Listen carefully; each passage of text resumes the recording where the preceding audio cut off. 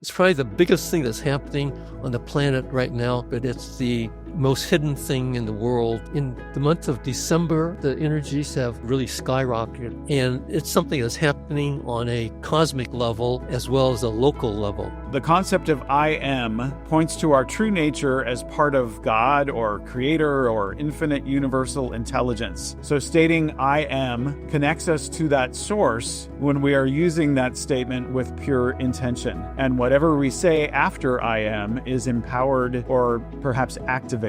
We are, in fact, unlimited. It's just how we decide to limit ourselves in our actions, in our thinking. Everything is thoughts. And so it's limiting your capabilities when you don't use the right words. Words are power. It's a process of enlightenment. And all the avatars went through this process to get to where they were. Mankind is now at the point of evolving into this whole higher level. Hello and welcome to Soul Unique. I'm Anu Peter. My goal with Soul Unique is to assist you in uncovering, nurturing, and forging your own personal spiritual path. A path that resonates intimately with who you are and with your unique signature and essence as you navigate your life on planet Earth.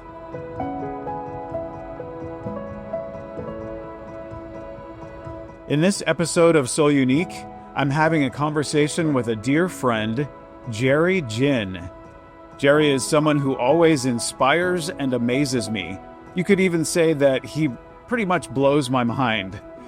I'm more of a creative, artistic type, while Jerry is a scientist.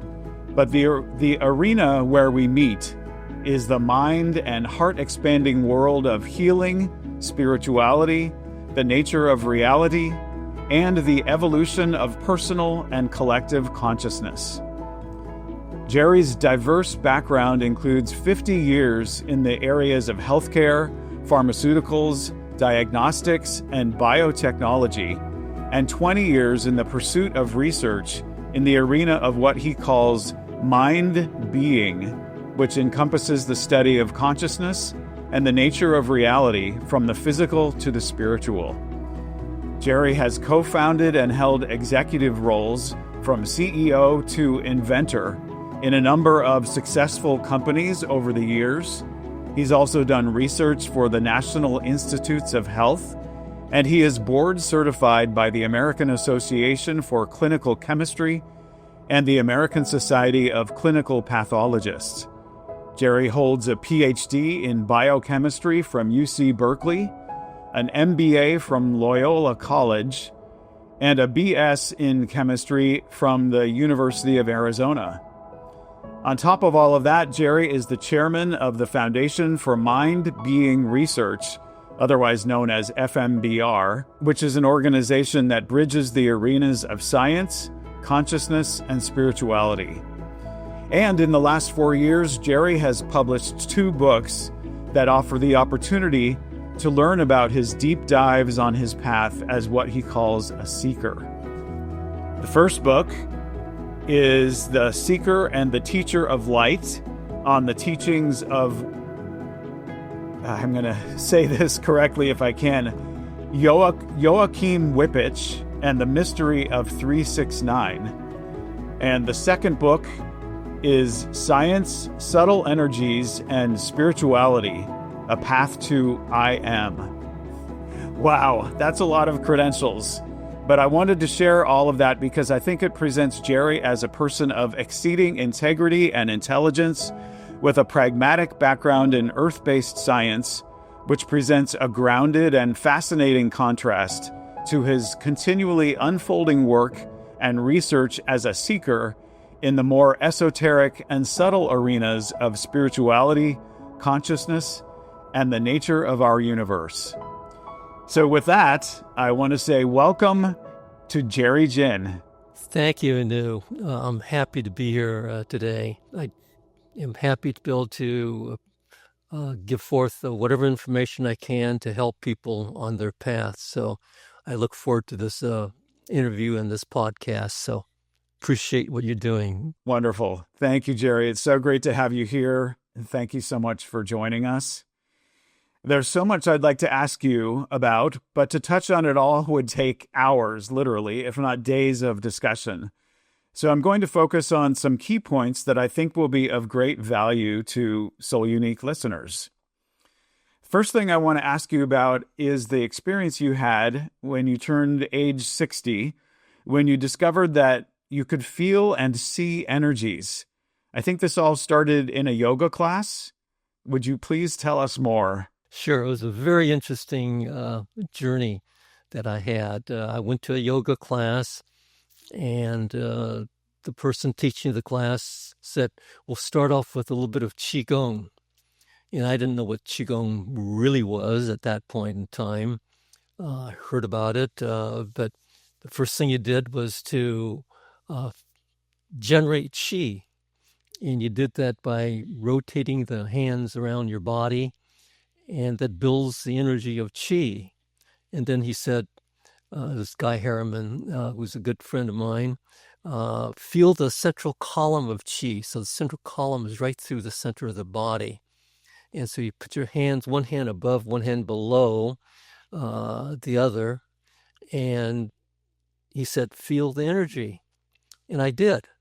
I moved my hands up and down, and I felt the energy, which is very strange because I'd never done that before.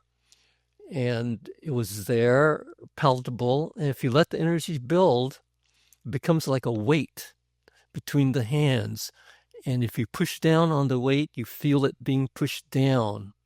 So it was a very enlightening experience. Then Guy had some huge quartz crystals in his studio. And I put my hands next to the quartz crystals and felt the energy from the quartz. Again, it was the same type of energy coming through. It is Qi, is subtle energy, or whatever name one wants to call it. And there have been many, many names, prana, et cetera, but that's how I got going. And feeling that energy, I said, I've got to know more about it. I read everything about energies and subtle energies, and I spent 20 years researching that whole subject matter and have delved into virtually every single facet of energies and this other field that, whether you call it prana, chi, subtle energies, and when we're speaking, I'll be speaking to it in the terminology of subtle energies. It's a basis of virtually everything behind matter, behind everything else that is there. Wonderful. Thank you for sharing that, Jerry. That's fascinating and really enlightening, really, I think, to understand how we all have access to this sense of being able to feel and perhaps see energy. Can you tell us a little bit also about your experiences of seeing energy? Yes. When I start feeling energies, I wondered if I could actually see it. And it's nothing that I looked for in the past. But I said, okay, if I put my hands in front of me, will I see the energy that I feel when I felt it? So I went to a blank wall and put my hands in front of the wall, and then I moved my hands up and down. And as I moved my hands up and down, I saw the lines of that energy that were there. And yeah, if you're not looking for it, you just see right through it, and it's not there. But it is there if you're looking for it. And I find that lots of people have that ability to see that. It's nothing new. It's something that probably most people, if they're looking for it, will see. And then later on, under dim light, I could see the rays shooting out of people, especially around the head area. If I look at them in a slightly darkened room, I see the rays shooting out of everybody. You see the pictures of the saints with rays shooting out. Well, they're there for a reason, because people see it. So I'm not unique. Everyone sees it if they look for it. It's just a matter of practicing and seeing and understanding that, yes, you have all sorts of abilities. And that's when we later talk about I am. That I am has lots of abilities and you're a creative force. And that's just one of the few things that you can do. And I talk a little bit about subtle energies and how you can test for it or play with it and do things with it. It's all the same stuff. Wonderful. Thank you. Yeah, that is, again, just fascinating. And we'll get into this more later, but I think that these kinds of experiences are being, well, they've always been available. They are becoming even more readily accessed, I would say, with what's going on. So, of course, as you mentioned in your first book, Western science was not equipped to teach you about what you were observing when you were seeing and feeling those energies. How did you bridge that gap? And was it challenging for you as a scientist and business executive to start walking in such esoteric arenas? I've always been curious about the nature of things. And no, it was very natural to me because I've always been interested in how things really work. And I understood that since I am, as one of my personalities, a scientist, I've been through the whole gamut of physics, chemistry, and understand all that. And I knew that the answer was not in the solid sciences, because the solid sciences do not address the nature of things. Yes, they'll talk about electrons and things of that nature. But when you really delve into it and say, what are these things? No one really knows. And so I was interested more in what things really, really are, rather than the words that people give to things just because that's the best description that they have of things. But that doesn't explain anything. And that's what I found. And so therefore I knew that I had to look at things and look at it in another way. And I knew that probably the yogis and others, Tibetan monks, etc., saw things that I don't see or didn't see, but I need to get into that realm to be able to experience it all. But I read all the books that were out there at that time, in at least all the things I could get my hands on. I learned a heck of a lot by doing that. I spent 20 years looking at things and still looking at things because it's still evolving, and we all evolve. That's one of our purposes. Absolutely. There's always more. Which can be daunting, but it's also incredibly exciting, right? I don't think we ever get to figure it all out, perhaps in one lifetime. So what was your early life like? Were you brought up in a religious household, or did you have inklings of spiritual curiosities at that time? No, we really, really didn't talk about religions. My mother, Chinese, born in China, and so she did some chants and things of that nature. Never understood what she was saying. They were just chants, and didn't follow up on it. When I got a little older, I said, well, I got to find out what this is all about. And, everyone goes to church and everyone says, oh, I'm a Presbyterian or this or that. And I was none of those.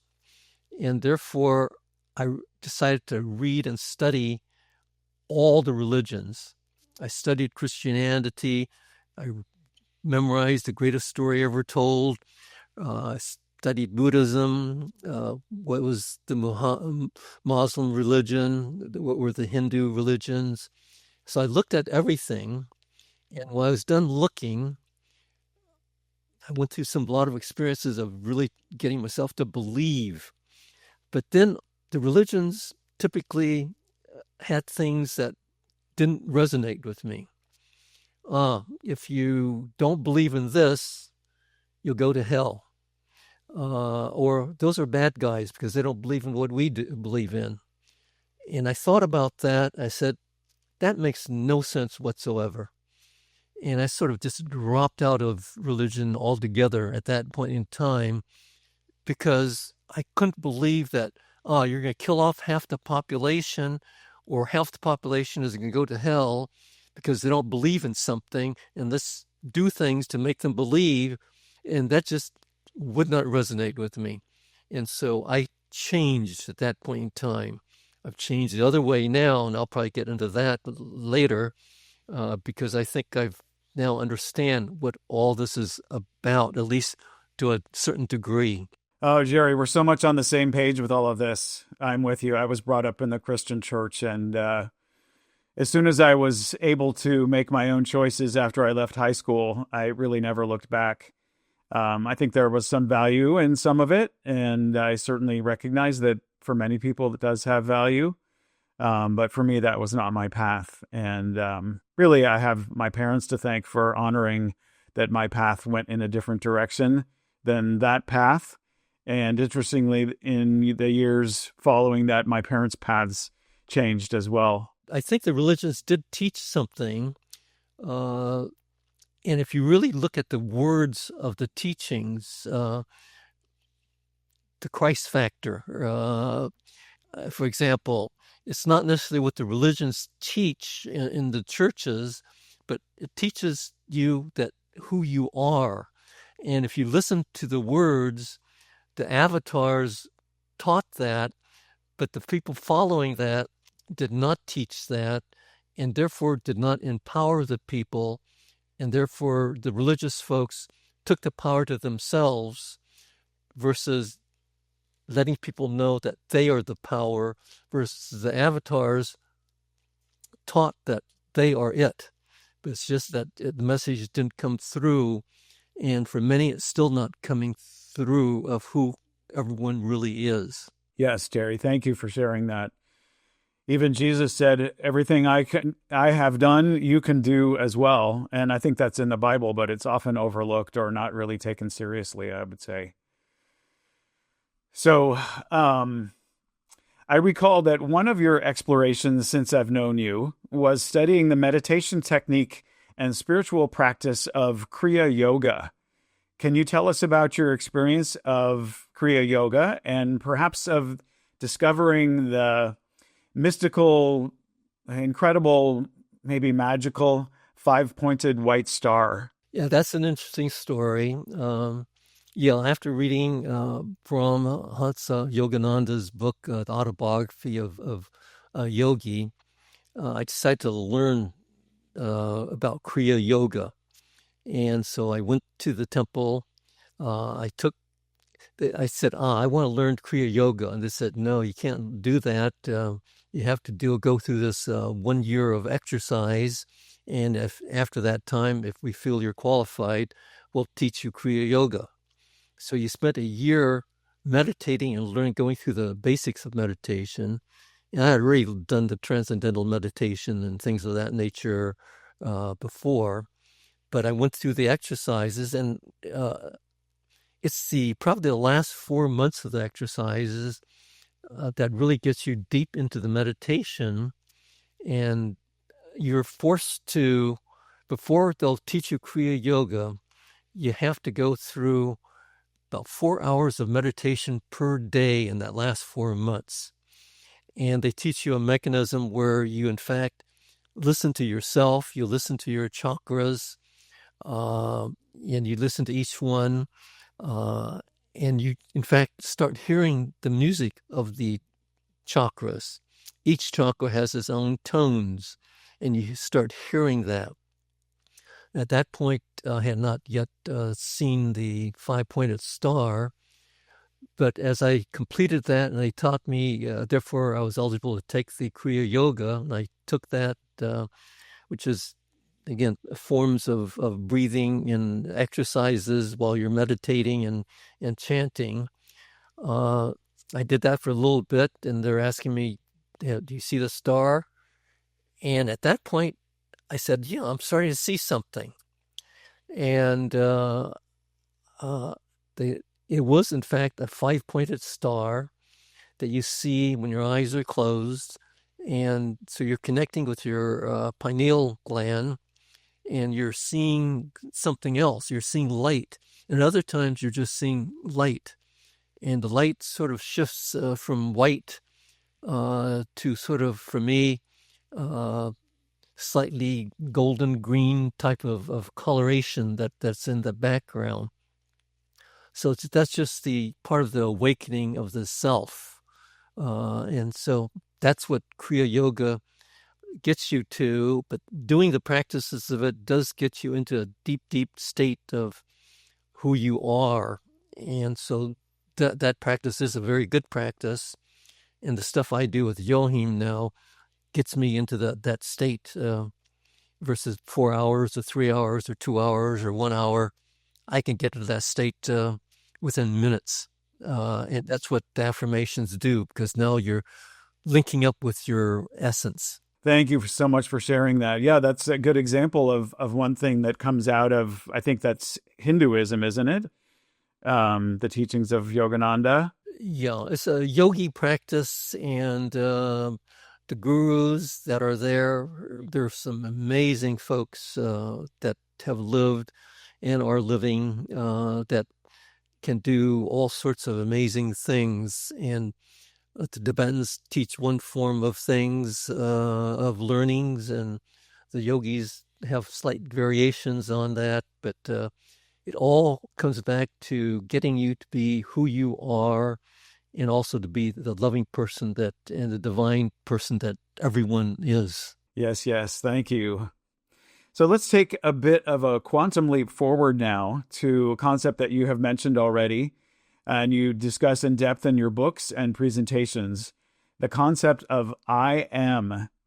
And if you'd indulge me for a moment, I'd like to see if I can encapsulate what the concept of I am is pointing to, based on what I've read in your first book and on my own studies. And I want to see if I've got it right, or at least partly correct, from your perspective.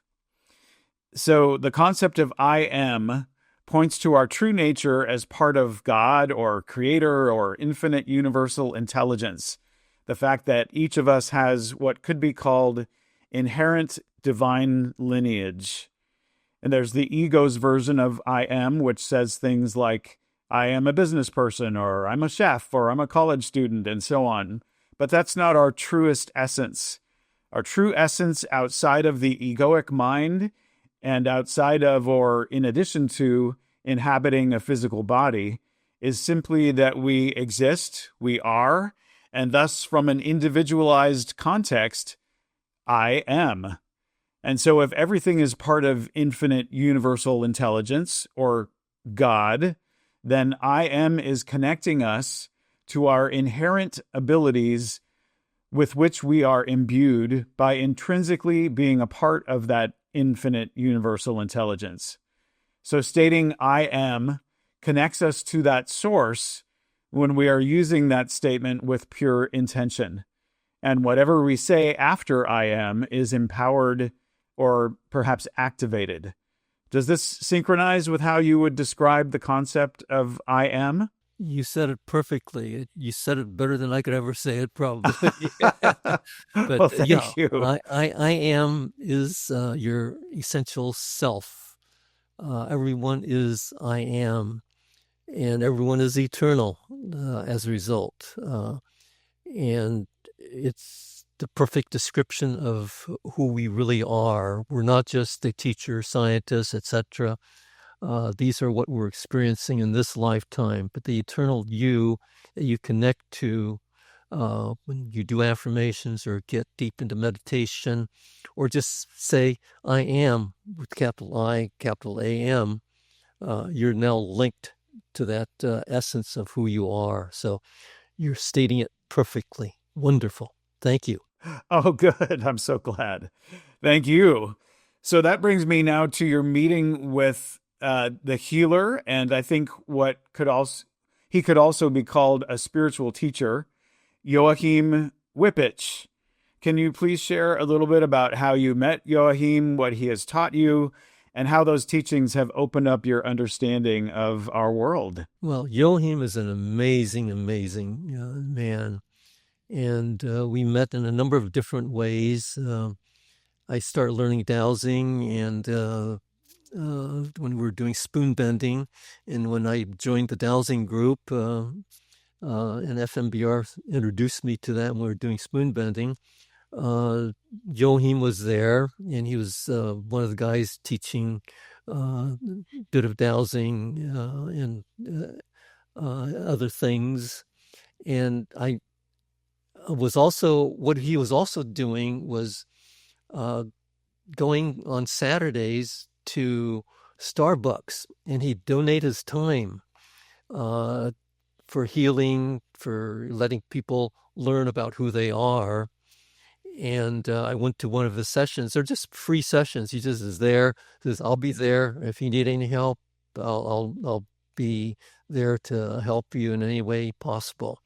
And what he's doing was teaching about who you are, about I am, and getting people to feel that energy and therefore connect with that harmony that is there.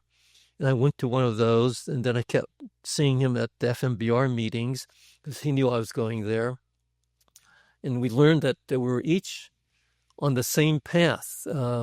He knew I am, and I knew the essence of who I am is. And we decided that, your message of getting affirmations out into the world is ideal. It is a way to get the message out because it connects people immediately with their essence. And you can do that in minutes. And so we met and chatted, and we became good friends. Yes, he does sound like an amazing soul, an amazing being. I hope to have the opportunity to meet him someday. I saw him on your presentation that I attended last week. But let's back up a little bit here because you mentioned dowsing and what was the other thing? Well, first, if you could tell us about dowsing, just so our listeners understand what we're talking about. Dowsing, people know about it in various ways. People will say, I know what a dowser is. They find water. The witches that find water with a stick, and stick moves, points to the ground when there's water underneath. That's one form of dowsing, and it's actually one form of radiesthesia, which people don't understand that that's really what it is, because people know the word dowsing. And dowsing, for the most part, the thing that dowsers do is mental dowsing, and they'll ask a question and try to get a yes or no answer to that. That's mental dowsing. What I'm doing is another step removed from that. Yes, I think mental dowsing is good and does work in many, many cases. And I do think the mind can overcome your dowsing ability, so you can point, if you really want something, the answer can be yes, based upon desire. But what I'm teaching is different. It's a form of dowsing called radiesthesia, which is physical dowsing. And with physical dowsing, what you're really doing is coming into resonance with the energies that are around you, that are in things, that are in virtually everything. So what you're doing with radiesthesia is getting that message through from the right brain, which doesn't communicate well with the left brain. The left brain is where all the senses are, see, hear, taste, etc., and that's where you operate from. But from the right brain, that message isn't there. It's part of your intuition. If you stare at if you're a male staring at a female across the street, the female will turn their head and look towards you, because the right brain sees that, and therefore they'll pay attention to that. The conscious mind just turns ahead unconsciously, and it's there. Well, the same is true with radiesthesia. What you're doing is training yourself to come into resonance with the energies of virtually everything.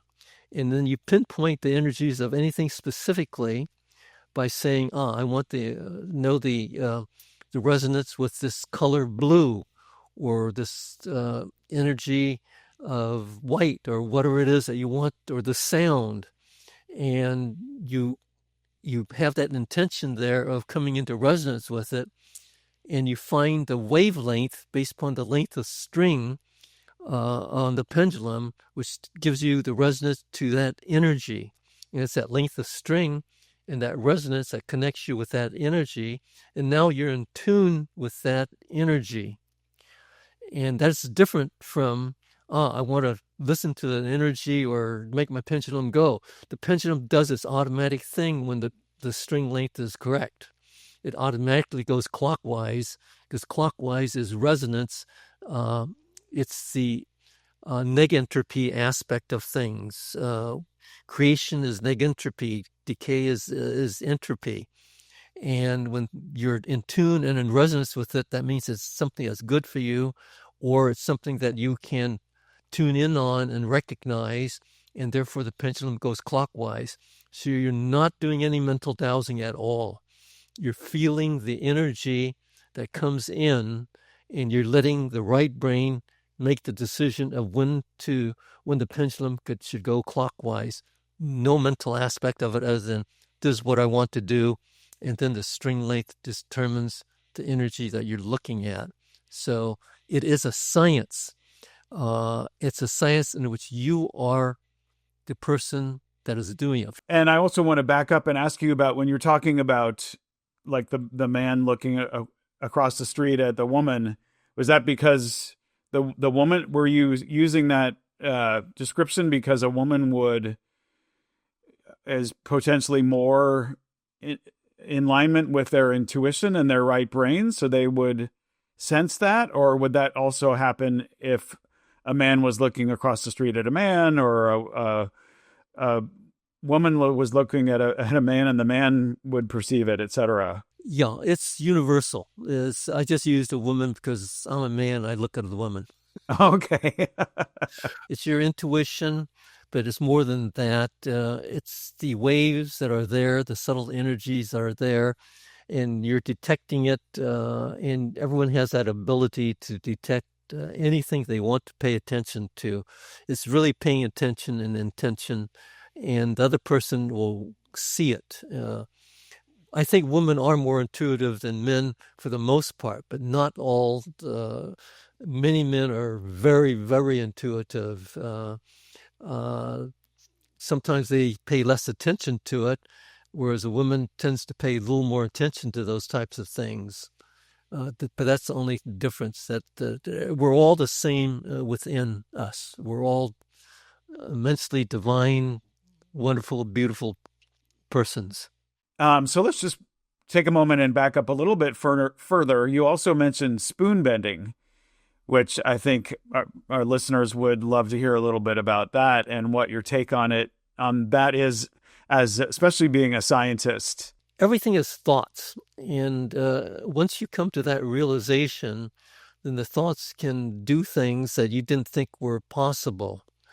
And sometimes you have to throw emotions and intention into those things. And that's what spoon bending is really all about. And if you're doing it in a group, the group thought is more powerful. So if you're doing it with a group, and that's the reason you have spoon bending parties, everyone will chat, bend, bend, bend. And then they forget about the words bend, bend, bend. And so the message is across, and then they wait for things to happen. And the spoon suddenly becomes soft, and you turn it like a pretzel. And it's very soft at that point in time. And that is spoon bending. It's possible. And I was surprised at FMBR they had spoon bending parties in the past before I became the chairman of FMBR. And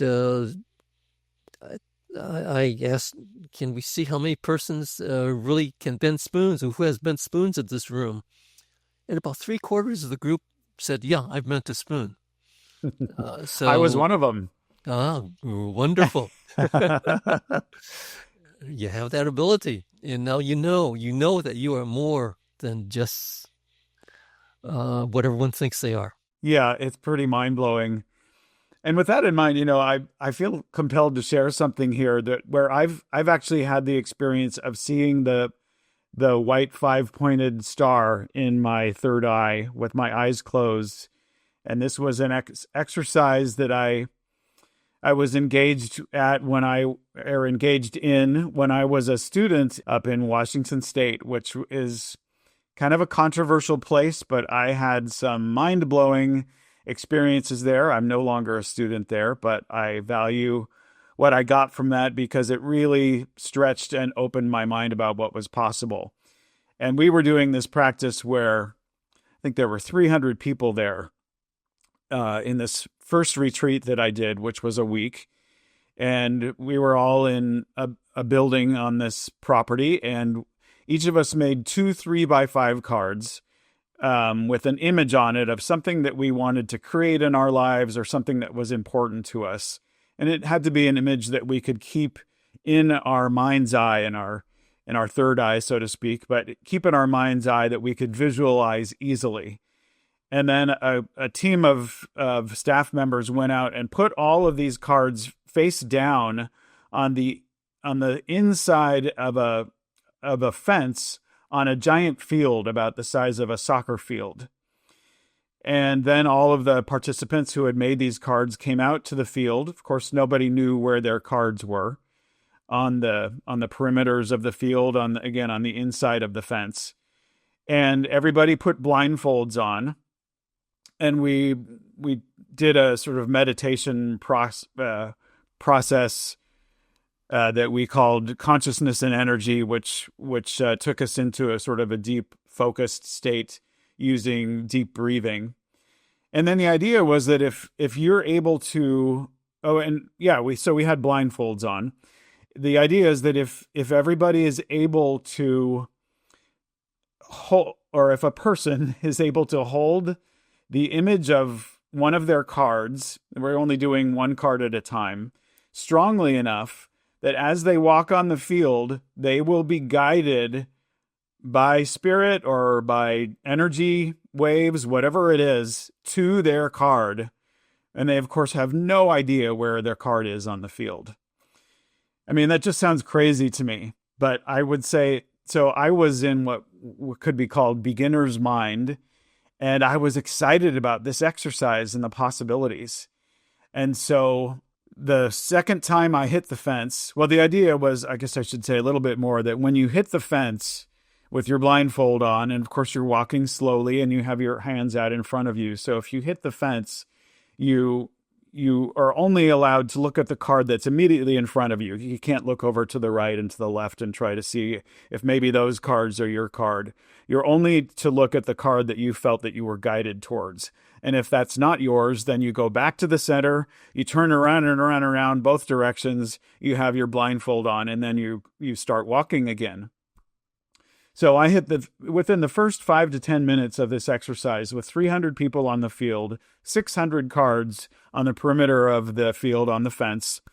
I hit the fence the first time, looked at the card, it wasn't my card.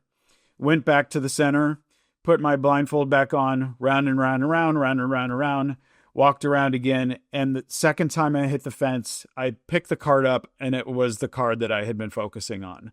And at that moment, my mind was just so blown away by this possibility. It was like energetically, I felt this sort of, when I got to the card, there was this, I don't know how to describe it, but this sort of vortex that happened very fast. And I looked at the card, and it was my card.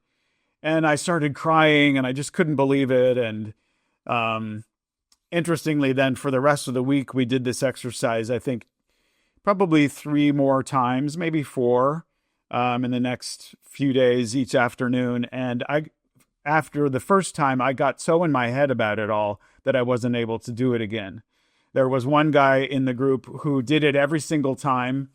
And when you found your card, the staff member would tape it to your chest, or put it on a chain and put it around your neck. And this one guy did it so many times that I think he had 7 cards hanging off of his neck. And so when I continued being a student at that school for a while and doing subsequent retreats, we would do that exercise. And I did find more cards again in the future. But it was later on, once I was really in this deep state of concentration and focus and practice in this exercise, that while I would be walking on the field, searching or being guided to searching for or being guided to my card, I would start to see that 5-pointed white star show up in my mind's eye, or I think you would say the third eye. And I never could understand what that was. And I asked staff members, I asked some of the main teachers, and none of them had ever heard of that before. So when I read this in your book about, or no, when you shared with me about your experience with Kriya Yoga, it was very enlightening and helpful to me to find that somebody else had had this experience. And here it is somehow connected with going into this deep internal state of meditation and focus that I guess can be accessed in different ways. You accessed it through Kriya Yoga, and I accessed it through this other practice. Yeah, that's a wonderful story. I appreciate that story. And I look at it another way. I look at it from the view of radiesthesia. And in radiesthesia, you come into resonance with whatever it is that you're intending. So your right brain or subconscious mind, or whatever you want to call it, comes into resonance with that energy. And I think that's also how people find water. It's not mental dowsing. It's that they are water and they know the feel of water. They're in resonance with water and they can find it. So you're in resonance with the card. You know what it is you want. And now you're trying to get the subconscious mind to get your feet to go in the right direction. And your feet will go in the right direction because that's who you are. You're able to do that. Your conscious mind won't be able to do that, but your subconscious mind or right brain will be able to do that. And that's it's just another way of interpreting that story. Thank you, Jerry. Yeah, that's really helpful and insightful. I appreciate that. Another interesting thing about the experience was that for the most part, when you were really dropped in behind the blindfold and walking around in that field, if you were completely focused, and I guess you would say in the magic, if you will, of radiesthesia connecting to the card, and you're truly on the path of going in the direction of the card. Interestingly, even though there's other people walking around with blindfolds on, you will somehow actually be guided so you don't run into anybody, which I found whenever I was able to drop into that state during this practice, that would happen. And it's just incredible. And of course, then there would be other times where I would be not focused and I'd be in my head, and then I would bump into people and people would bump into me. So, yeah, I just love this stuff. It's so fascinating and mind-opening and mind-blowing in many ways to discover that we can do these things, that there's so much more to us than quote unquote meets the eye or any of our other senses. Okay, here. So moving on, one of the things you talk about in your first book is how Joachim taught you about the subtle energetic quality that we can measure, which you call 369. Can you explain more here about what 369 is referring to? I had heard Nikola Tesla's statement, if you knew the secret of 369, you'd have the key to the universe. And I always wondered what that really meant. And one time I was listening to a lecture, and in the lecture, there was a picture of a torus. It was a side view of a torus is a donut. And if you cut the donut in half lengthwise, you have the two circles of the torus, because that's how the torus is if you cut it in a certain angle. And I looked at that figure and I said, okay, I see 6 and 9 and 3, depending upon how you cut that torus. It's within that structure. And I said, that's curious. That must be what 369 and what Tesla has been talking about. So I said, well, how do I prove that? Well, I knew about geometry, and I knew BG3 pendulums, and I knew about harmony. And I said, okay, let's see if this structure has any harmony associated with it. And it did not. Then I said, well, maybe I'm doing something wrong. And what if I trace out the 6 and the 9 in a clockwise manner? I did it clockwise because I knew about Walter Russell's work, in which creation is a vortex into the center, which is clockwise, and decay is light coming into the center clockwise, and decay is light going out of the center counterclockwise. So I knew the concepts of clockwise and counterclockwise. So I drew the 6 in a clockwise manner, and I drew the 9 in a clockwise manner. And if you connect those, you do actually also see the 3 there. And when I did that with the torus structure, BG3 showed up. There was harmony energy that was there. But it was different than the BG3 energy, and I knew that it was different. And I learned the reasons why later on. I didn't talk about it in my books or anything of that nature.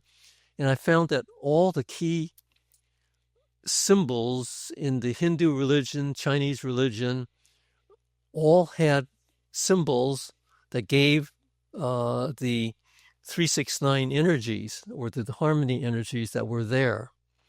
And so they all had their separate signals. Om, when you write the Sanskrit Om structure, it's nothing more than 369, but in Sanskrit. So it's there.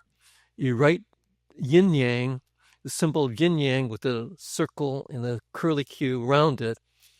And that's just the torus structure, half of the torus structure connecting a clockwise motion with a counterclockwise motion. So that is, and if you, the yin yang structure itself has no energy, but if you do the clockwise and counterclockwise motion on that center motion on it, it now has the BG3 energies or the 369 energies. And in my recent work, especially working with Meg, we learned about the nature of some of these energies.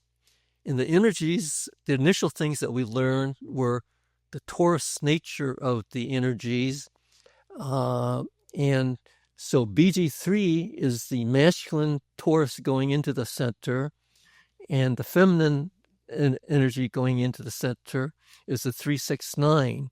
They come into the center, then they go out as a decay. But as they come into the center, in the center is that stillness that is there. That's a center of stillness. And that's the plane that we live on. It's where everything becomes still.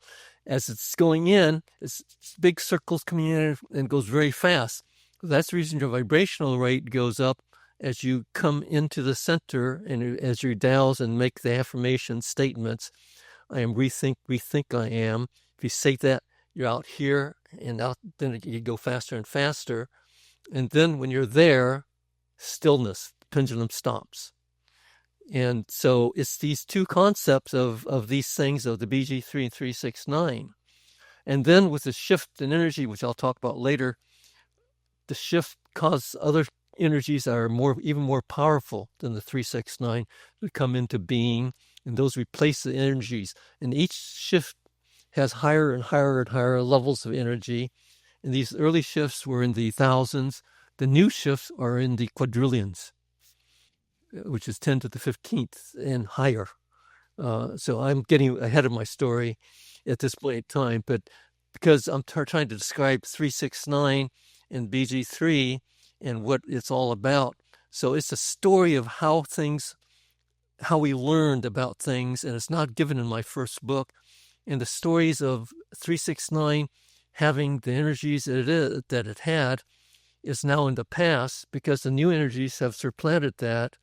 And therefore, when you look at it in terms of looking for those energies, the pendulums no longer turn clockwise, because you're now over here and those energies no longer serve you.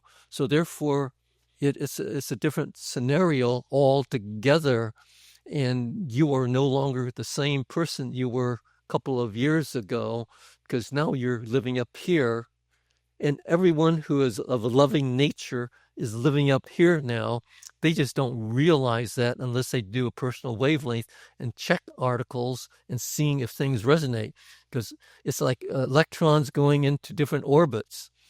Electrons are in this orbit, and if they jump to another orbit or jump back to another orbit, energy is given out and whatnot. but they're in another orbit. And so you keep moving up the orbits. But you can also see all these other orbits because we're of who we are. Yeah, thank you so much, Jerry. Wow, that's a lot to try to unravel, especially for somebody like me who's not a scientist. But I really appreciate all that you shared. And I'm continually fascinated by 369, and I'm actually have been using that with my own affirmations and statements, I am statements. But I'd like to touch on how can we use a 369 for healing, harmonization, and reaching the pure level of I am, as you talk a little bit or maybe a lot in your book or both books. The simple answer is that 369 helps you to spiral into who you are, just like you say I am helps you to spiral you in. And since it's a torus structure that you're spiraling, and the motion of that, it is a 369 structure, it helps you to get there. You don't need it. It's a crutch in a certain sense. But I still use it because the crutch is sometimes good to help you do the spiraling. If I'm doing certain affirmations like I am thoughts within thoughts within thoughts, I am, and understanding who I am, I may say that 3 times, 6 times, and 9 times, and it'll spiral me into the essence of myself quicker. If I'm a little bit off, I said, okay, I'll do it 3, 6, 9 times. And when you're in that essence, you are in that center of stillness where there's harmony. And harmony is a fundamental aspect of healing. You bring yourself to that state. And in that state, you're connected to virtually everything. And it's easier to connect to all your cells in your body. All the cells in your body have their own separate thoughts. And how do you communicate with all the separate thoughts? You come into harmony and you ask the cells to come into harmony with their disharmony. They may not know that there's in disharmony, where they're causing the cancer or whatever, there's the pain or whatever it may be. They're being themselves and trying to survive. But if you invite in harmony with their disharmony, then that gets the cells aware that, there's this disharmony that's there, and this is where harmony is. Okay, I'll change, because change is just a thought. And healing is just a thought also. And that's the reason that people who have cancers or whatever it is, if they can wrap their mind around thoughts and wrap their minds around love and being at peace and being in harmony, a lot of times their cancer goes away, or whatever the problem is.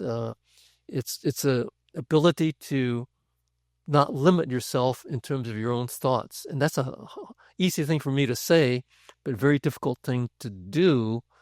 But it is the part of you that is able to do that. And if you can recognize that and come into that loving being of yourself, that's where healing occurs. Healing is all done by the self. Yes, people can give you energies to bring in harmony and things of that nature, and that helps. But if you don't have the intention, or your intention is that I like to talk about a particular disease, and you live that disease, that's where you are, and your body will listen to that. And therefore, you manifest your own problems a lot of times. And you may not be aware of that. You're just saying, woe is me.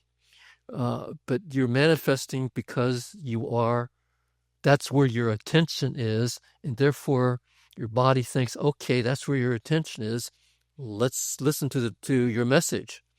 That's all it is. And that harmony is getting yourself out of the way and coming into that harmony. And that's where healing occurs. So again, I keep using the word fascinating, but it certainly is. A lot to unpack there. And I definitely recommend that if people are interested in what we're talking about and what Jerry is presenting, that you check out Jerry's books.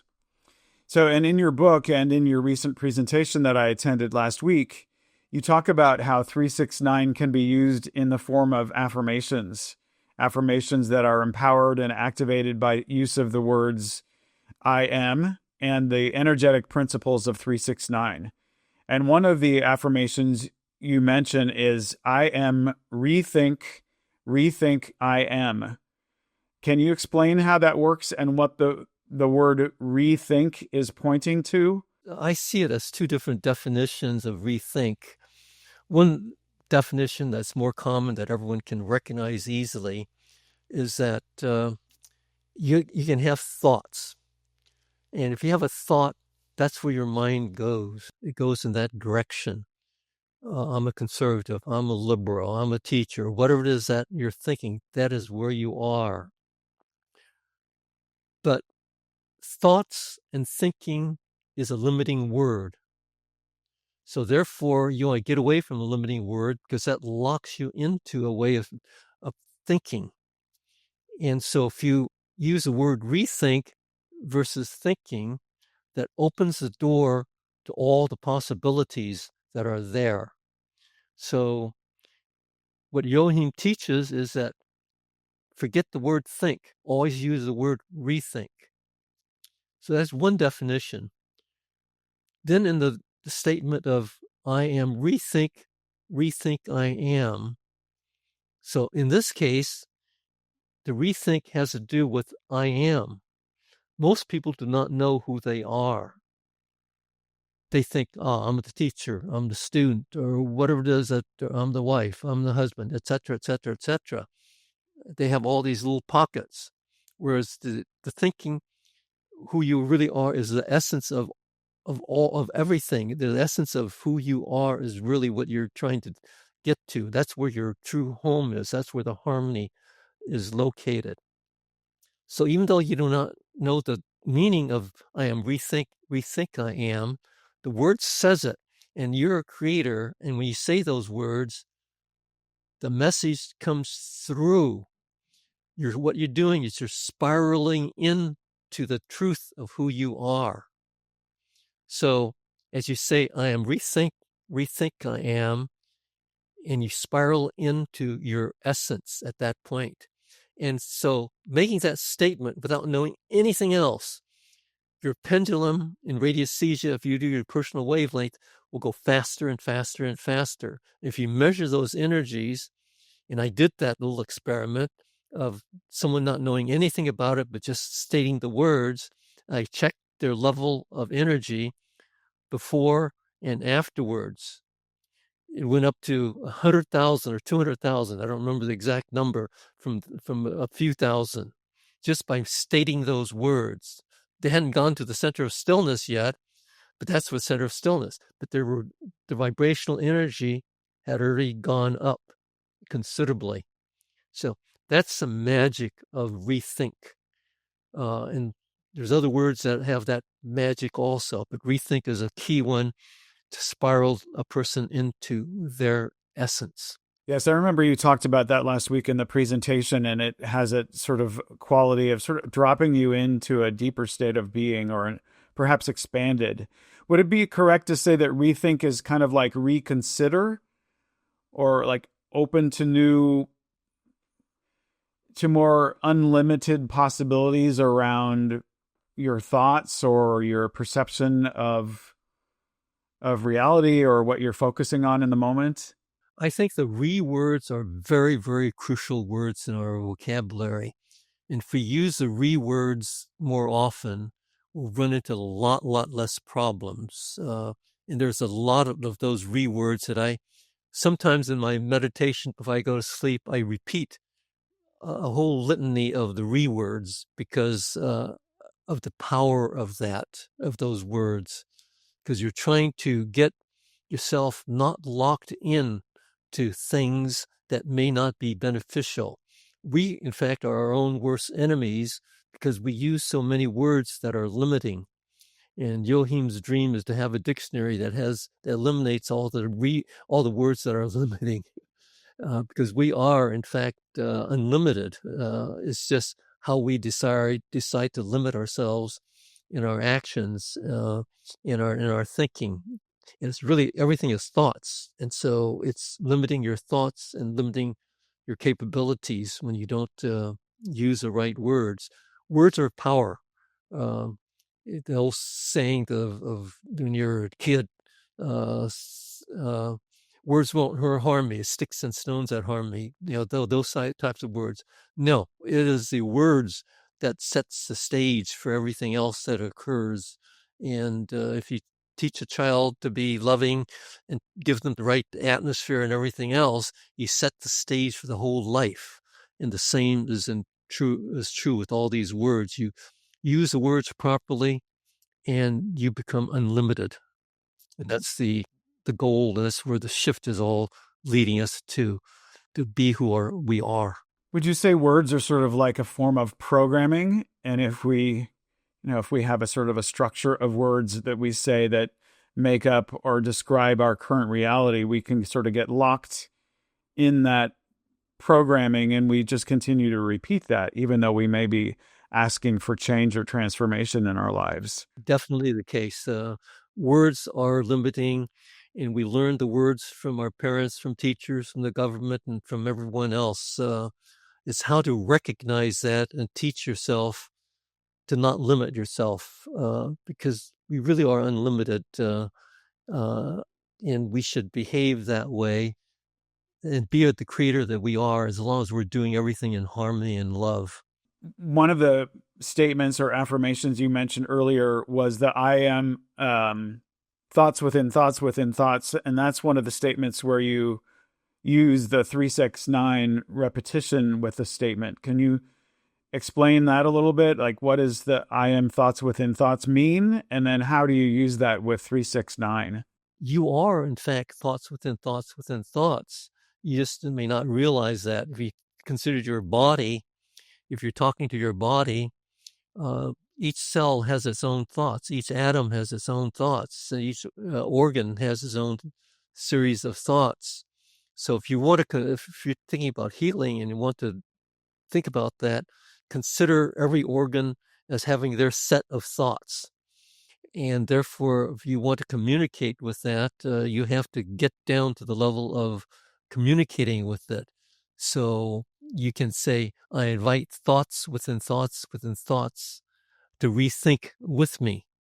And then you repeat that, I am thoughts within thoughts within thoughts within thoughts within thoughts within thoughts within thoughts within thoughts within thoughts to rethink with me.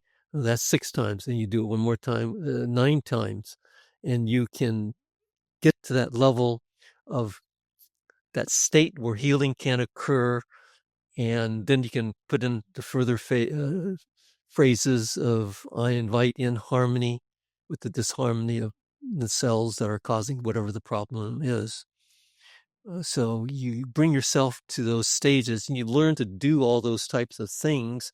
And that's all part of healing and part of who you are. Oh, wonderful. Yeah, it's like it's a whole different way of accessing our power as divine points of consciousness, which is just so inspiring and inspired, Jerry. Wonderful. So for creating and imagining what we want to create, you mentioned, I think in the first book, the statements, I am recreate. Again, there's the re.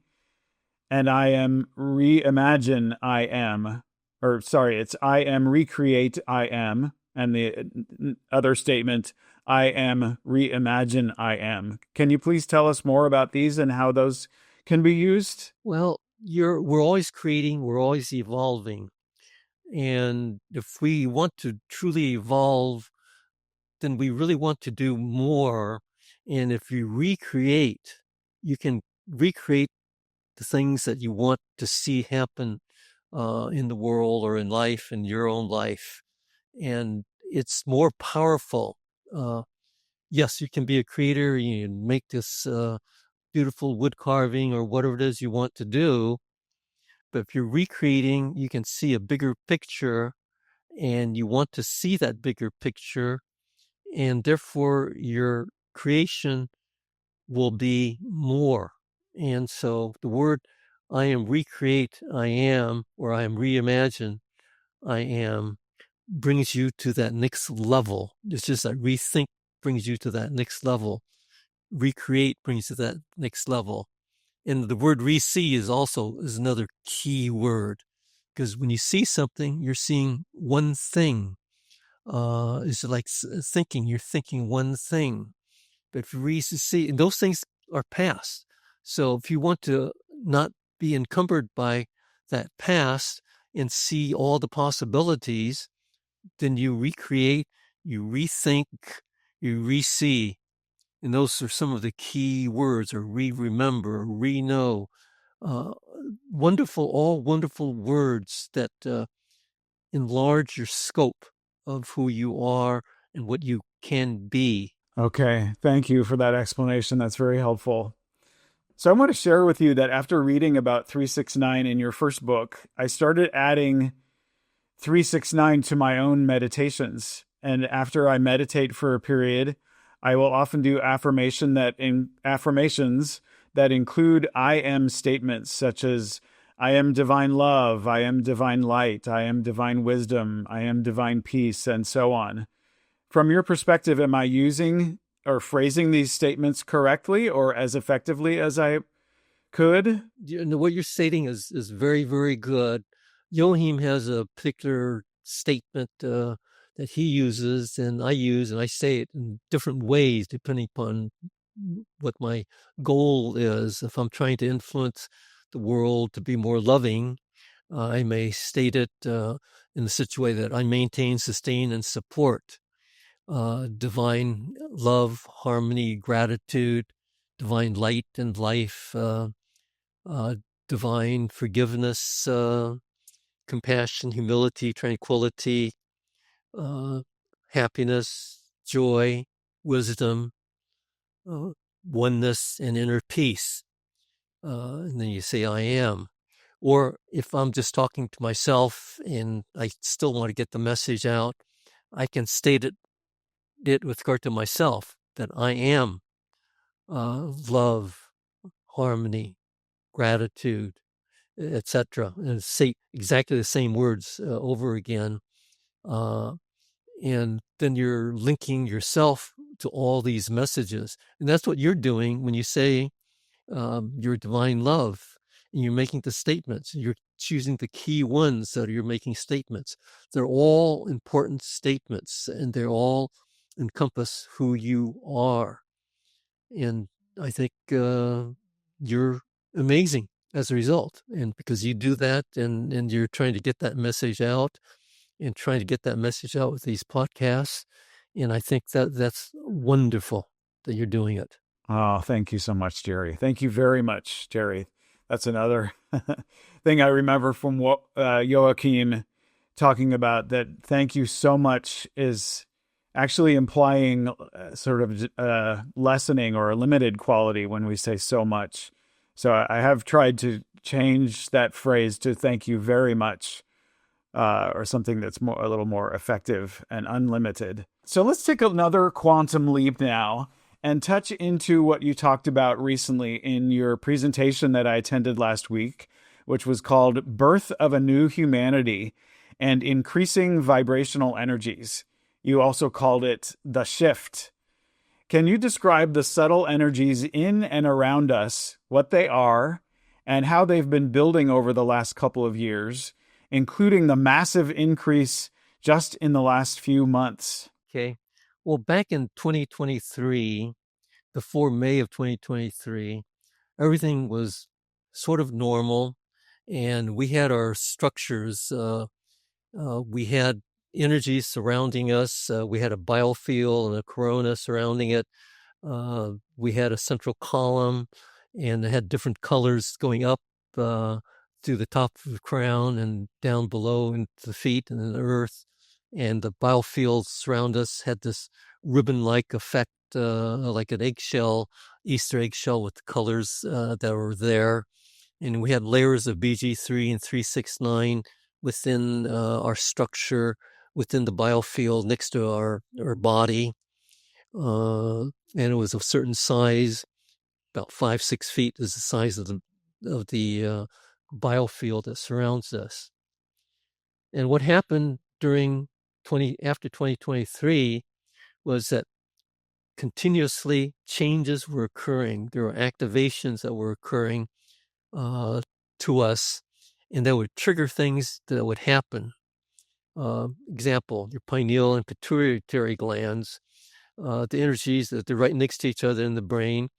The energies would exchange between the two glands, and it would go in one direction. Sort of more the male energies would go in one direction, female energies would go in another direction. And you'd see that, and it lasted some months, and then the energies would change and reverse. Other energies would happen. And these were all activations, and it happened to every part of your body. Your organs is happening to your gut, your brain, etc., etc. Things were activating, and it was sort of the 100 monkey effect, and more people got these if they noticed certain aurora borealis or crop circle or painting. Things would trigger in them, and things were happening to people that you can detect. And these changes would be permanent until the next change came along. So a year later, by May of 2024, that whole structure that I talked about before had changed entirely. Now, instead of the biofield being these ribbons of colors and having different auras within the biofield and within yourself, and having the 369 and BG3, now all the energies were white, and the white was the strongest color, but had all the other colors there, versus before all the colors were separate. But now you're uniformly white with all the colors that are part of you, and a lot of the energies that are interchanging within yourself have changed also. So all those things happen. Before there are channels in which you connect with your mother side of the family or father side of the family, and all those mush together into one uniform white, connecting with your higher self. And you can detect all these types of changes that were occurring. Our biofields grew. So by May 2024, our biofields had gone up to around 7-8 feet, and we were radiating all this white energy out from us. So that changed. But then as we went on into 2024, the energies kept changing and modifying. They were happening very quickly. Every month, new things were happening. And all the old energies sort of fell to the side. All the old energies that you were detecting, you can no longer detect by the same method. There's a tool that we developed that you can detect all these energies, but you can detect things. And now the energies have, in the month of December, they just really skyrocketed. It went from the thousands to the millions and billions and trillions by middle of September. Then in December, they spiked up, and they were going into the quadrillions, and then quadrillions to the quadrillionth power, then quadrillion to the quadrillionth to the quadrillionth power, which are huge, huge numbers. They're all on the exponent of 10 to these huge, huge numbers. And that's where we are now. And so we're different. And we're different on physically. You and I look the same. Internally, we are different. And things that used to bother you probably no longer bother you. You just may not realize it because you're not using the tools to test for it. The personal wavelength is a tool that you can test for it. You can test that, is EMF, cell phones, your iPhones, Samsung phones, whatever it may be, and the towers are giving off the energies. They used to be very bad for you because they would activate calcium getting into cells that cause this whole inflammatory process that eventually cause the oxidative damages to occur within your body and cause cancer 10, 20 years down the line. Now, I no longer worry about that. I do the personal wavelength on EMF, and the pendulum, instead of going counterclockwise, which means it's being harmful, just goes back and forth, meaning that it's not harmful, it's not good for you, it's just indifferent. It just goes back and forth. And lots of things that were, you needed this because your body needed this for protection, for bringing in harmony. And you test these things, the tools that you've bought. And I won't go through all the tools that you probably have. Everyone has their own tools to bring in harmony. If you test it, you may find that it no longer is going clockwise. It's just going back and forth. You no longer need it. So that's the reason you do testing on these things, so you understand what is good and what's bad for you. But if your mind is back in the times of 2023, your mind is such that, this is where I want to be, then things may not happen for you. You may be changing, but you may just not be recognizing those changes until you decide to recognize it. So you decide either to live in the now or live in the past. You have that decision to make. So things are changing, though. I see the energies that are changing, and that's how I see it at any rate. So that's what's happening in the shift. It's a huge thing. It's probably the biggest thing that's happening on the planet right now, but it's the most hidden thing in the world at this point in time, because people don't see it. They just see and hear the noise around them of whatever the politicians and everyone else is doing. And that's just all part of it. And I look at chaos in a different way also. Chaos helps to bring in the harmony, because now you see the two ends of things. If you didn't have things that were not so good, then it's harder to recognize the things that are good. And so that's the reason I think there's been a growth of those types of things, but it's causing people to now recognize. And so the next generation will look at it and look at things in a different way. And most people, if you now talk to people, really don't say that we should be doing this bad, we should go shoot people, and they're bad. Yes, there are fringes that are of that nature because they have not gotten that message and their vibrations are not going in that direction. But a lot of people are in that direction and they have changed.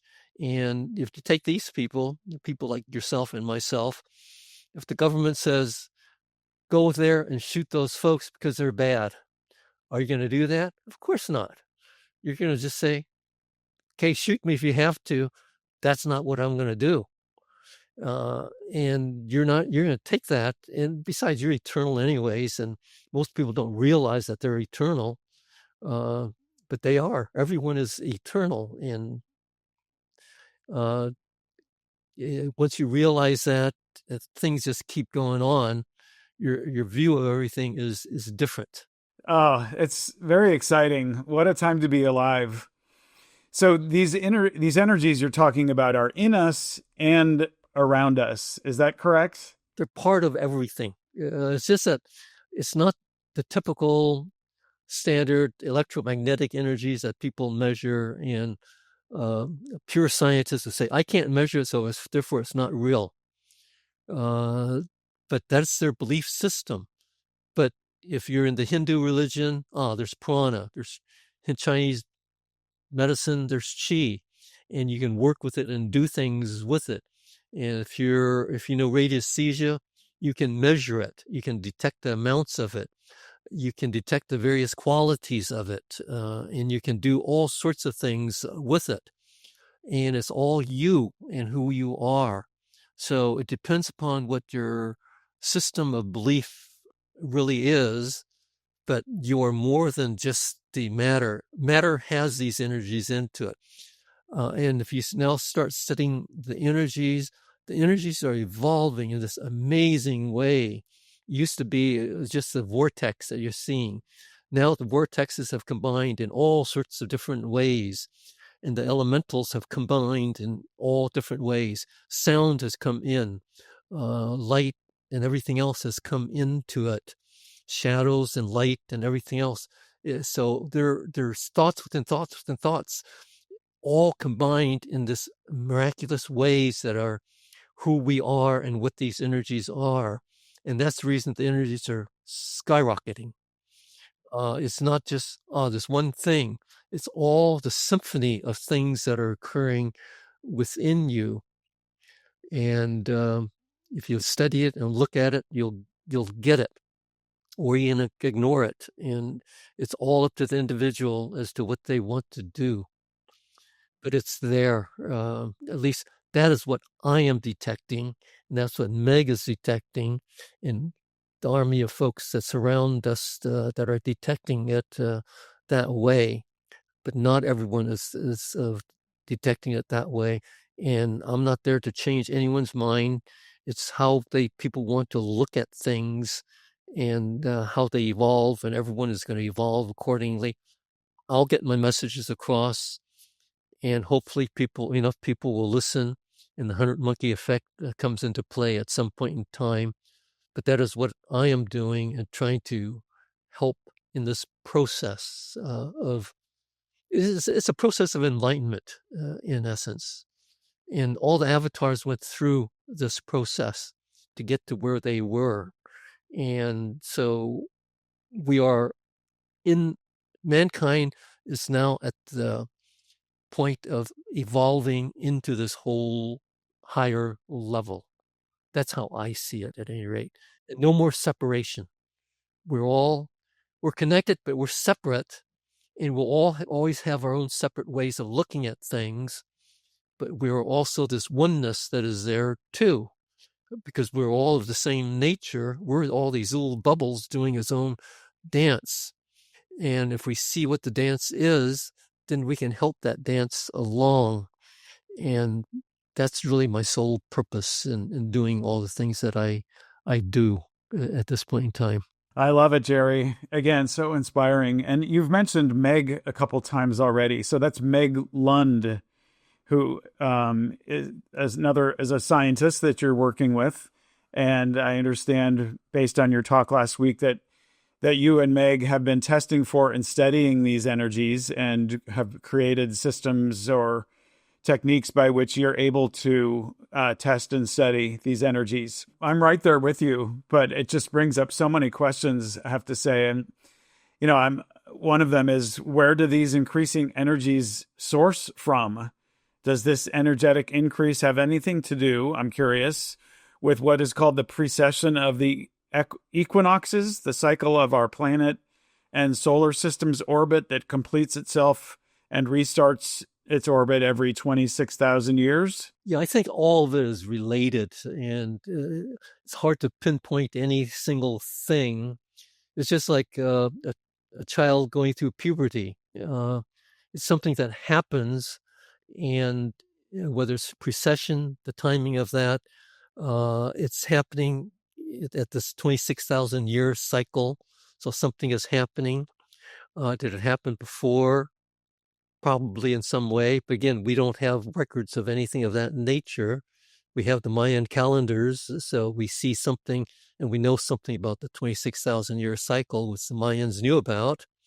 So it's something that is there, and it's something that's happening on a cosmic level as well as a local level. You see the galactic center and the energies that it's pouring out. You see the energies of the sun. You see the energies of Earth. You see the energies of ourselves.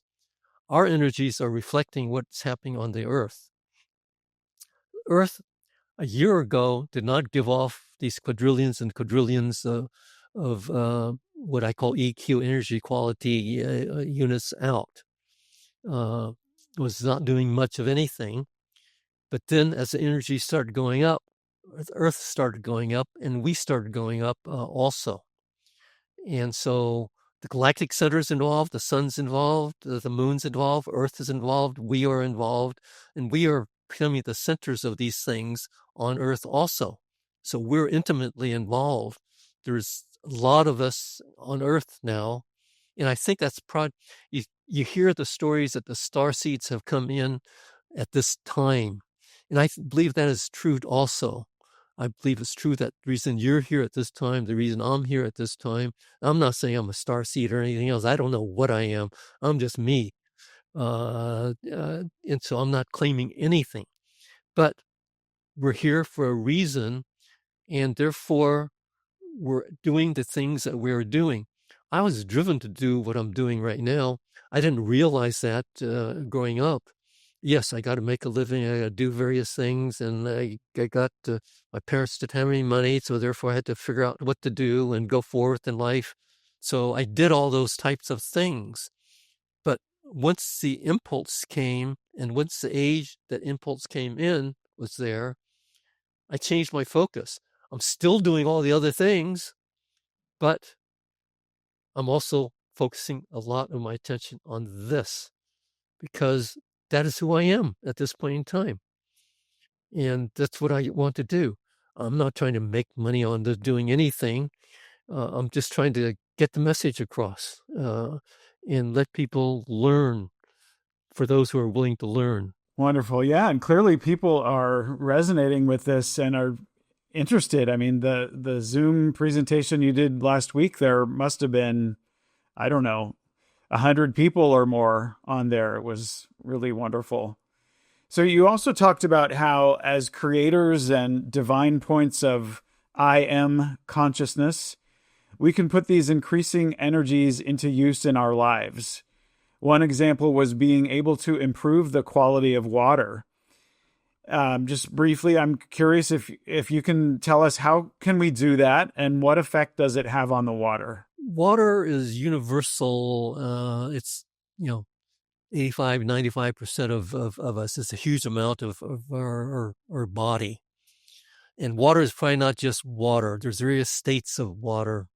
Pollard talked about the easy water as an example, which is a water that will cause a battery that he can make run all by itself. And Emoto talked about the structure of water.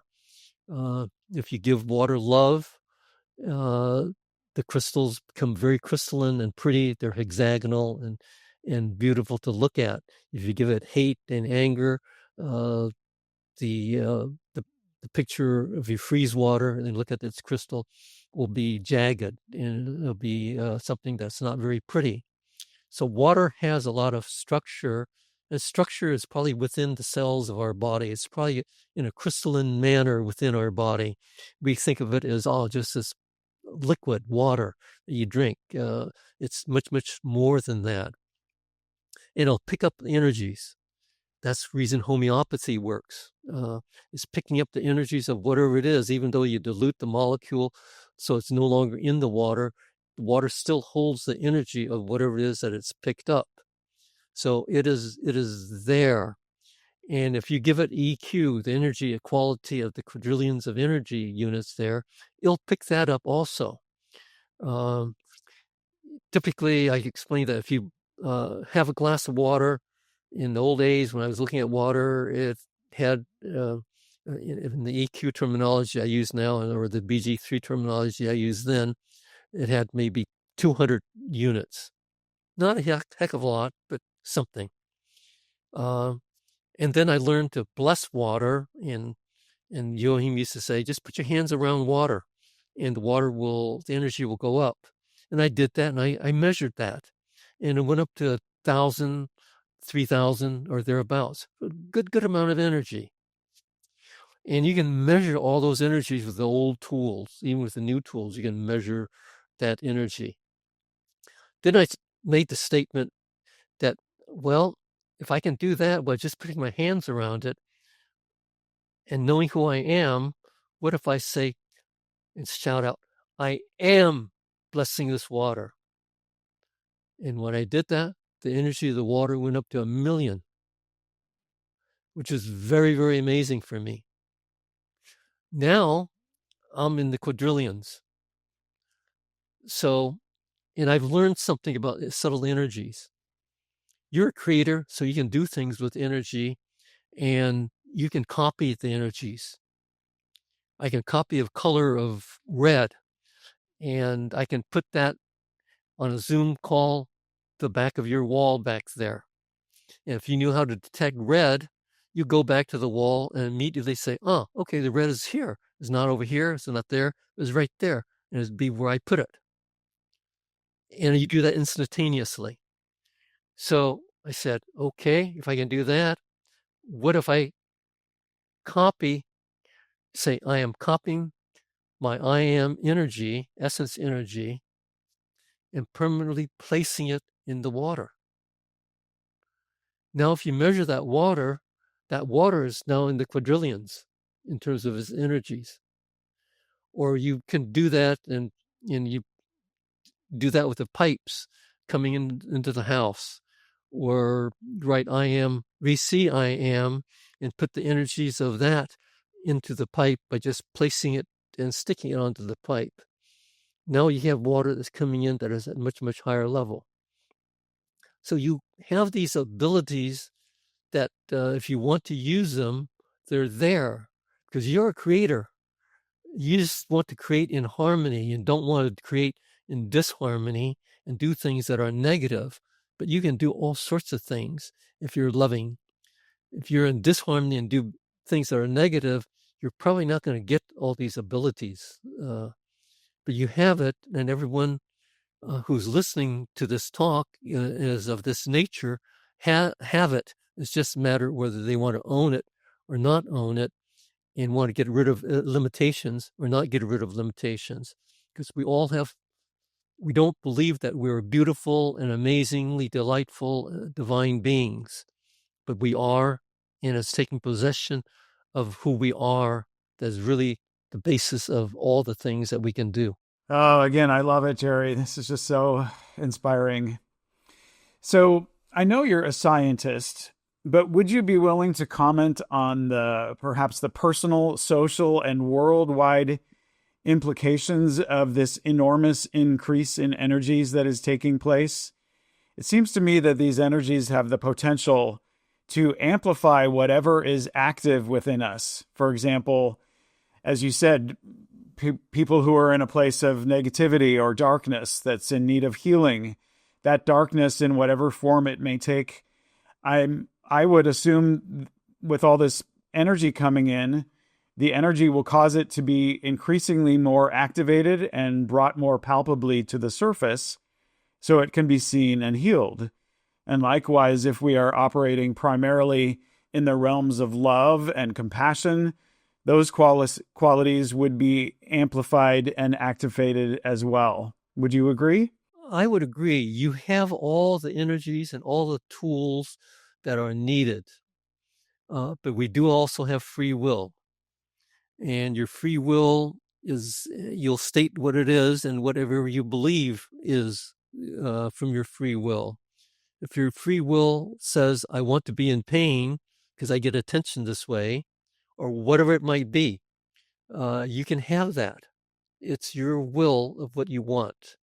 So if a person wants to open up to the energies and to think in terms of the harmony and who they really are and to evolve, they can have that. It is there for everybody, and it's happening to anyone who will want to live in that manner. But you have to stop the limitations. You have to do what you have to start thinking and using these words in a way that allows you to grow and evolve. And I think the newer generation will maybe have this more into their normal abilities and vocabulary. The older generation will, if they start examining it, will learn it and use it, and they can become unlimited. It's a choice. It's a choice of everybody. So I'm not saying that things are going to happen overnight. If a person is married to a certain way of thinking and want to retain that, that is fine. That is their journey. And they have their free will. I cannot stop their free will. And I don't want to. That's not me. I am here and I'll teach and I'll do things and I'll live my life accordingly. And that's how I see things at any rate as we evolve. So it's not something that will happen to everyone, but it can't happen to everyone. And would you say these increasing energies are sort of giving us greater access to our abilities or our what could be called our powers as creators, our abilities to manifest, our abilities to make changes and transformation, or even our abilities for healing. We're, as a result of these increasing energies that are taking place, we have more access to these abilities than we ever did before. That's what it sounds like you're saying. Is that correct? I think that is correct. I think we now, it's a period of waking up, and we are being awakened, and the energies are helping us to awaken, and our vibrational levels are just through the roof at this point in time. And thank you so much for what you're doing. I have deep gratitude to you, Jerry. And you have so much compassion and kindness. I've always seen that in you. And wow, I think we could do about 5 more episodes of this podcast together and still wouldn't be able to cover all of the amazing things that you're working on right now and sharing with the world in your books and your presentations. Thank you for all that you're doing in service to the evolution of humanity. So before we wrap this up, I just have a few more questions that get a bit more personal about your personal path, if you're willing to indulge me. So I'm curious, if you were to describe your current spiritual perspective in your life today, how would you describe it? I would describe it as I am, simply because I'm coming into the essence of I am. And that is everything. It's the essence, and that's the eternal aspect of me. So my spiritual journey has brought me to that, and actually brought me to that point maybe 10 or 15 years ago, when after all my studies and listening and talking to people and healers, I realized that I am. And with the affirmations, it was a tool to center all that knowledge. So Joachim supplied me with a tool that to enable me to bring this message out to people in a way that is more all-encompassing. So it's a journey, and everyone goes through their journey, and everyone's journey is evolving, and it's a journey of enlightenment. And there are all levels of that. If you're in the Hawkins scale and you're at 500, you're at one level of enlightenment. At 600, you're another level. If you're at the Christ level, you're at 1,000. And the level goes up. That he stopped it at 1,000, but it continues moving up. And you can go as high as you want in that scale. And that's who we all are. And these things can happen instantaneously. Yes, if you live your life and think along the same ways all the time, then you're locked into one level.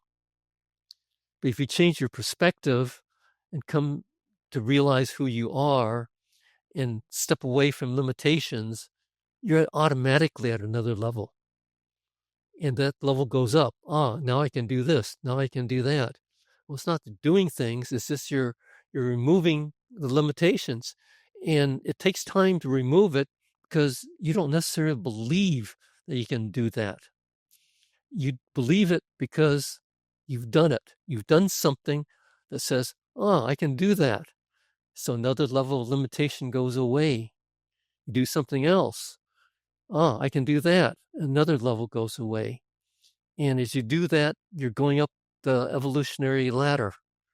And it's fun going up that ladder because it enables you to be who you really are. That's really the key of the whole thing. That's what everything is really all about, and it's to evolve. In the beginning, there was unconsciousness. Now there's consciousness, and where will consciousness lead us? And we're testing the waters of that all the time, and reimagining and recreating all the time. What an amazing universe we live in. So, thank you for sharing all of that.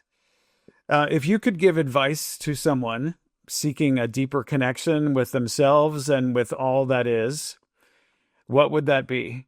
Well, I come back to the I am. Start with a few simple affirmations, live with that for a while, and see where that leads you, because the affirmations will lead you. You're now getting connected. You're getting connected to your I am. which will lead you to the next step, and then the next step, and then the next step. And that's what I've been doing for the past basically 20 years, because I go through each step along the way, and I explore many, many things along the way. I've probably read almost every type of book that there is, and each one gives me a different message, another thing to learn. And so therefore I learn and I continue to evolve, and I continue that journey. And I do research daily. You think, oh, okay, got my PhD, research is done. No, it's a daily thing, and you move along that path. In the beginning, it's research maybe on something scientific, a product, or whatever it may be.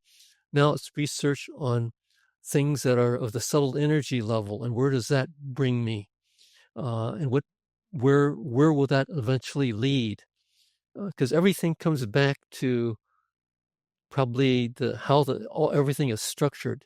Comes back to the Torah structure, comes back to the elementals, come back to all the other things, and how all things are pulled together. And that's how we'll evolve. That's how science will evolve. But scientists do not realize that at this point in time.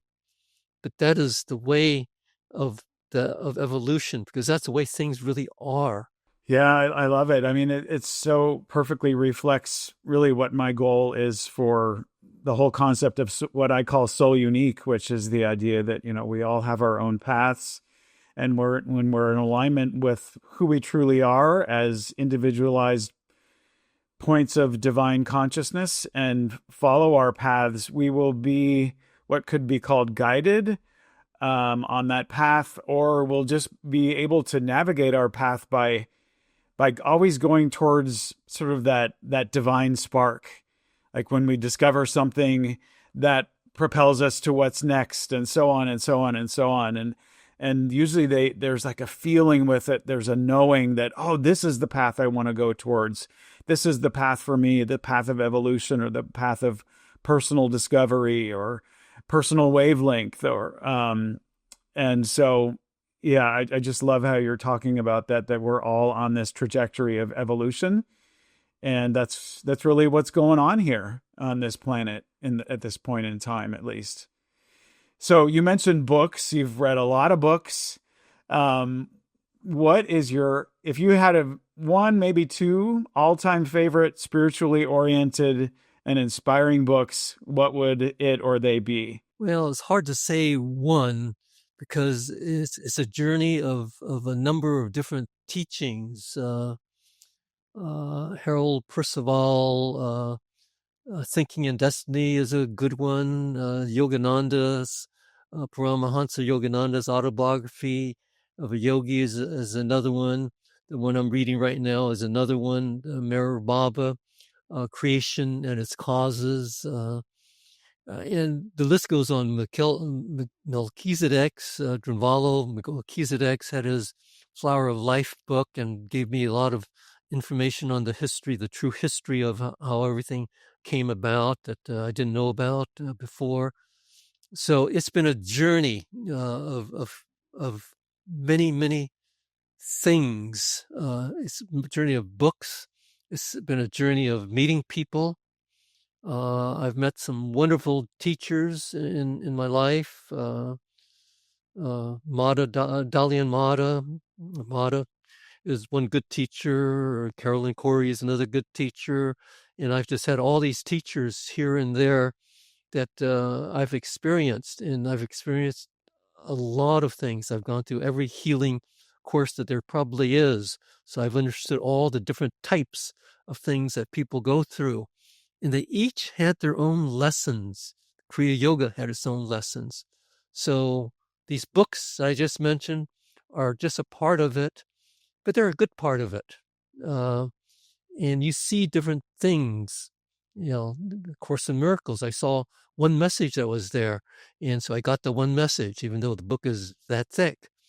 The Seth books, I see something else, and I get its messages, and I've gone through channelings with that. I've gotten other messages that are important. The Raw books, Raw Contact, it was another series of things that I found very interesting. but each one gives another lesson in another perspective. And so I'm the composite of all these things that are there, and I have my own unique ways of looking at things.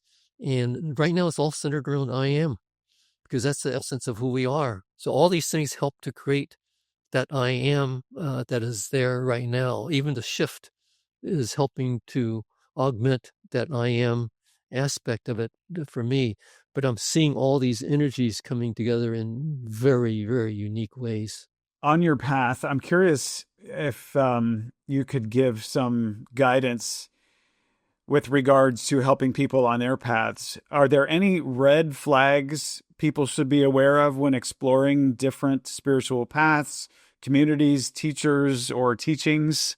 I think a lot of paths will lead to the same place. Some will lead to it more quickly than others. And if you get stuck with one type of teacher or whatever it is, or teaching, and it doesn't give the full answer, and you follow that to the end, you may be limiting yourself, but you're still going along a particular direction. And so everyone will have their own way of looking at things, and not all gurus are enlightened, and not everyone that you go and do things with are enlightened. And so be careful, and you can test. Joachim always says, test and see if doing this, you're evolving.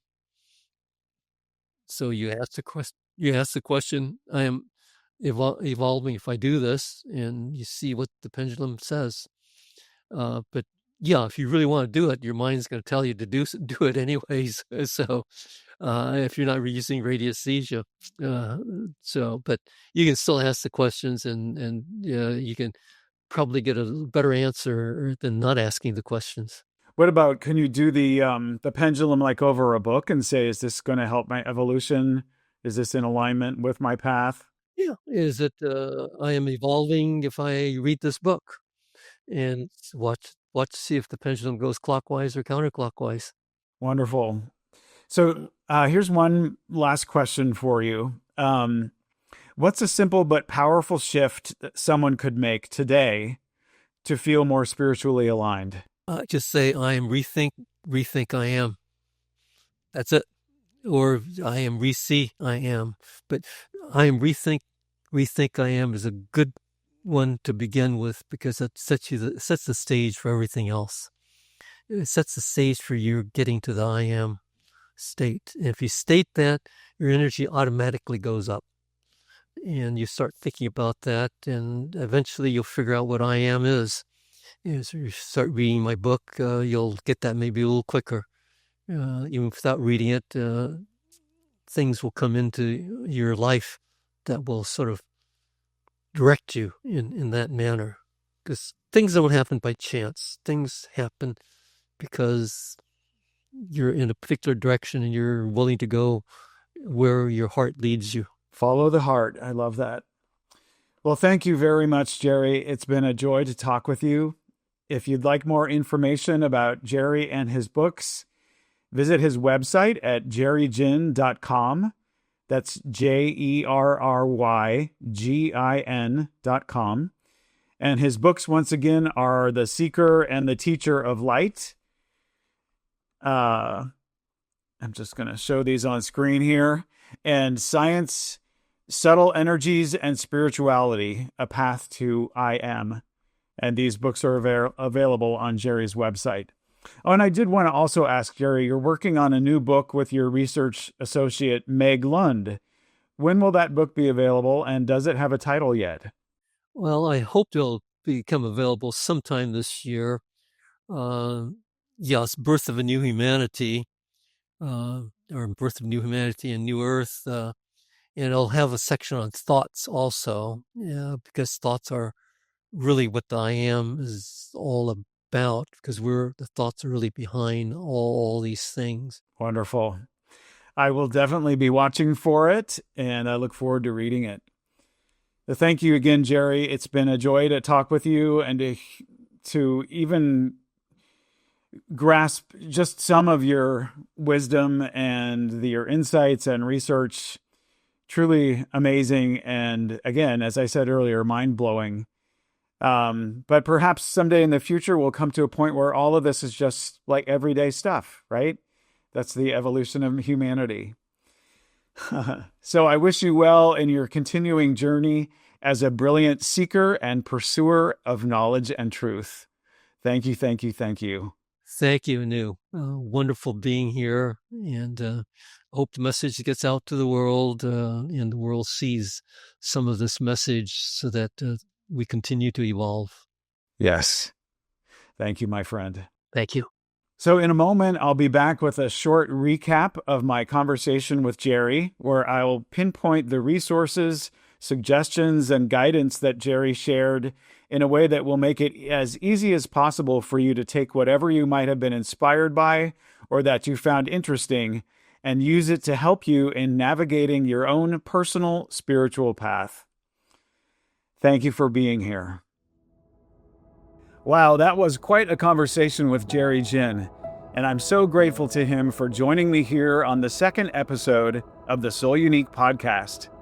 There's a lot to grok from this episode, and as it is for every episode, it's my intention to make the resources that were mentioned as easy for you to track down as possible.